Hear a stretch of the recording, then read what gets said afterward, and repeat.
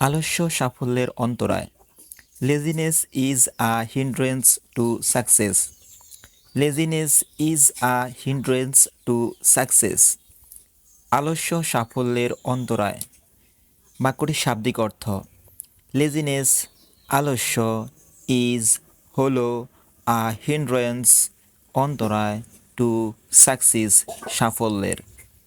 পরবর্তী বাক্য: অলস ব্যক্তি দুঃখ কষ্টে বাস করে। An idol man lives in sufferings. An idol man lives in sufferings. অলস ব্যক্তি দুঃখ কষ্টে বাস করে। বাক্যটির শাব্দিক অর্থ: অ্যান আইডল ম্যান অলস ব্যক্তি, লিভস বাস করে, ইন সাফারিংস দুঃখ কষ্টে। পরবর্তী বাক্য: দুর্ভাগ্যের জন্য সে ভাগ্যকে দোষারোপ করে। He blames his luck for his misfortune. He blames his luck for his misfortunes. দুর্ভাগ্যের জন্য সে ভাগ্যকে দোষারোপ করে। বাক্যটির শাব্দিক অর্থ: হি ব্লেমস সে দোষারোপ করে, হিজ লাক তার ভাগ্যকে, ফর হিজ মিসফরচুন তার দুর্ভাগ্যের জন্য। পরবর্তী বাক্য: বিদ্যাই বলো, অর্থই বলো, বিনা পরিশ্রমে কেউ তা অর্জন করতে পারে না। None can gain either learning or money without labour.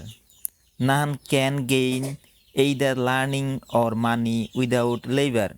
বিদ্যাই বলো, অর্থই বলো, বিনা পরিশ্রমে কেউ তা অর্জন করতে পারে না।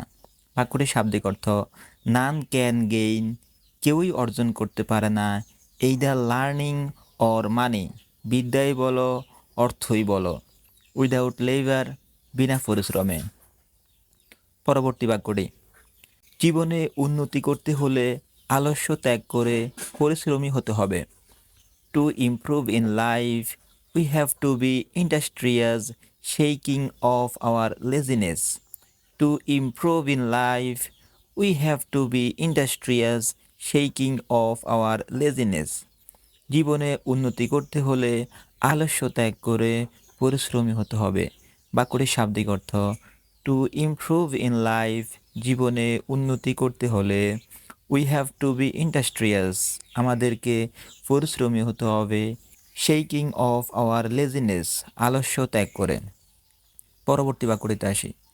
মনে রাখতে হবে, মানুষ চেষ্টা ও পরিশ্রমের দ্বারা নিজের ভাগ্য গড়ে তোলে।